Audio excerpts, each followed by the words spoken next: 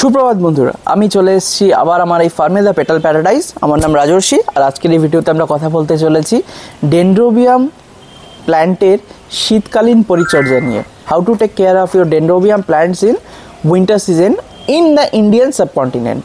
আমাদের ইন্ডিয়ার যে ক্লাইমেটিক কন্ডিশন, সেই কন্ডিশনে আমাদের ডেনড্রোবিয়াম প্ল্যান্টের উপর কীভাবে পরিচর্যা করা উচিত শীতকালে।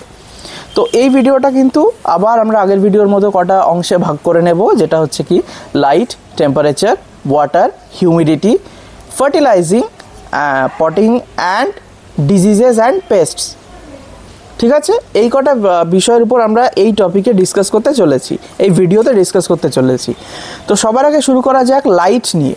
এই লাইট কিন্তু ভীষণ ইম্পর্ট্যান্ট একটা ফ্যাক্টর আমাদের যে কোনো প্ল্যান্টের প্রপার এবং সাকসেসফুল ফ্লাওয়ারিং অ্যান্ড লাইফ সাইকেলের জন্য।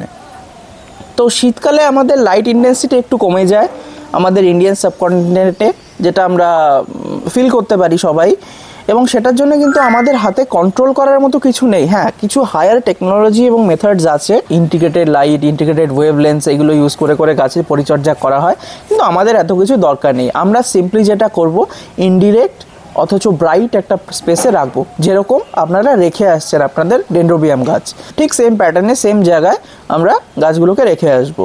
হ্যাঁ, এবার আসে টেম্পারেচারের পার্টে। টেম্পারেচার কিন্তু গাছের ক্ষেত্রে দরকার হয়। ডেনড্রোবিয়ামের ক্ষেত্রে আমরা দেখি সুইটেবল টেম্পারেচার ওয়ার্কিং রেঞ্জ হচ্ছে 15 থেকে 27 ডিগ্রি, 15 to 27 ডিগ্রিজ। তো 15 to 27 ডিগ্রিজের মধ্যে যদি টেম্পারেচারটা থাকে, it's very suitable for the dendrobium plants.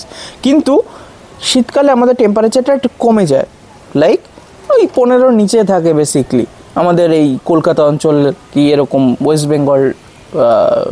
West বেঙ্গলের মতো জায়গায়। কিন্তু এই সময় আমরা কি করতে পারি? টেম্পারেচার তো আমরা কন্ট্রোল করতে পারবো না।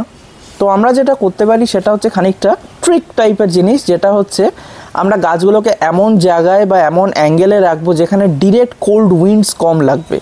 এই ডিরেক্ট কোল্ড উইন্ড কিন্তু গাছের শক ক্রিয়েট করে। এই শকগুলো গাছের জন্য ঠিক নয়, লাইক এদের একটা স্ট্রেস ক্রিয়েট হয় গাছে, যে স্ট্রেসটার জন্য ফ্লাওয়ারিং স্টেজ পিছনে ডিলেড হয়ে যায়। তো এই কোল্ড উইন্ডটা কিন্তু গাছের রুটে লাগতে দেওয়া যাবে না, এমনভাবে রাখা হয় যাতে ডিরেক্ট কোল্ড উইন্ডস গাছে না লাগে। এই একটা প্রিকশন মেজার আমরা রিগার্ডিং টেম্পারেচার গাছের ক্ষেত্রে নিতে পারি। Next point, watering. এই ওয়াটারিংটা কিন্তু একটু ইম্পর্টেন্ট এবং একটু সেন্সিটিভ। যেটা হয় হচ্ছে শীতকালে আমরা বেশি জল দিয়ে ফেলি, যেহেতু ওয়েদার ড্রাই থাকে। এটা ঠিক নয়। যেটা করা উচিত সেটা হচ্ছে গাছের জল কিন্তু একটু কম পরিমাণে দিতে হবে এবং গাছটাকে শুকানোর টাইম দিতে হবে। মানে যে পটিং মিডিয়াটা আছে সেই মিডিয়াতে আপনি জল দেবেন, এই জলটা শুকিয়ে যাওয়ার পরে যেন 1-2 দিন ড্রাই হিসাবে থাকে, তারপরে আপনি নেক্সট ফেজের জলটা দেবেন। এইভাবে কিন্তু গাছ হেলদি এবং বেটার লাইফ সাইকেল মেনটেন করতে পারে। Better water development, water vascular সিস্টেমসগুলো গাছের ভালোভাবে কাজ করে। নেক্সট আপনারা একটা ছোট্ট জিনিস করতে পারেন, যেটা হচ্ছে যখন গোড়ায় জল দেওয়া হবে তখন ডিরেক্ট শীতকালের কনকনে ঠান্ডা জল না দিয়ে আমরা লিউকওয়ার্ম ওয়াটার দিতে পারি। মানে উষ্ণ জল না হলেও হবে, নর্মাল টেম্পারেচারের জল, আমাদের রুম টেম্পারেচারের জল দিলেও সেটা এনাফ কাজ করবে। কিন্তু কোনোভাবেই যেন এক্সট্রিম ঠান্ডা জল গাছে শিকড়ে না যায়। It is very damaging to the plant and its whole weakening system. Like শীতকালে বলতে গেলে গাছগুলো একটু লেজি, একটু স্লিপি, একটু হাইবারনেটিং মোডে থাকে। তো ঠান্ডা জল দিলেও আমাদের সকালে ঘুম থেকে ওঠার সময় মুখে ঠান্ডা জলের ঝাপটা দিলে যেটা হয়, পুরো নার্ভাস সিস্টেম একদম শক হয়ে ওঠে। গাছের ক্ষেত্রেও কিন্তু সেরকম সিমিলার একটা প্রবণতা আমরা দেখতে পারি। তো ওটা অ্যাভয়েড করতে হবে। Next is humidity. হিউমিডিটিতে কী করা যায়? হিউমিডিটি একটু বেশি লাগে শীতকালে, আমাদের এখানে হিউমিডিটি কমে যায়, আমাদের জন্য হিউমিডিটি বাড়াতে হবে। এটার জন্য আমরা দুটো জিনিস করতে পারি। প্রথম হচ্ছে একটু ঘন ঘন মিস্টিং করাতে পারি। মিস্টিং মানে হচ্ছে আপনারা এরকম কোনো একটা হ্যান্ড শাওয়ার নেবেন, যেটাতে ওয়াটার পাম্প করবেন এবং স্লাইটলি মিস্টিং করিয়ে দেবেন, মানে হালকা একটু কুয়াশা ভাব এরকম ক্রিয়েট করিয়ে দিলাম। আর সেকেন্ড, এই মিস্টিংটা যাতে বেশিক্ষণ থাকে ওর জন্য আপনারা যে ডেনড্রোবিয়াম গাছগুলোকে সব কাছাকাছি রাখবেন, মানে একটা ক্লাস্টার ওয়াইজ করে রাখবেন, তাহলে এই মিস্টিংটা আরও এফেক্টিভ থাকে for a longer period of time, nothing complicated. এরপরের টপিক হচ্ছে আমাদের ফার্টিলাইজেশন।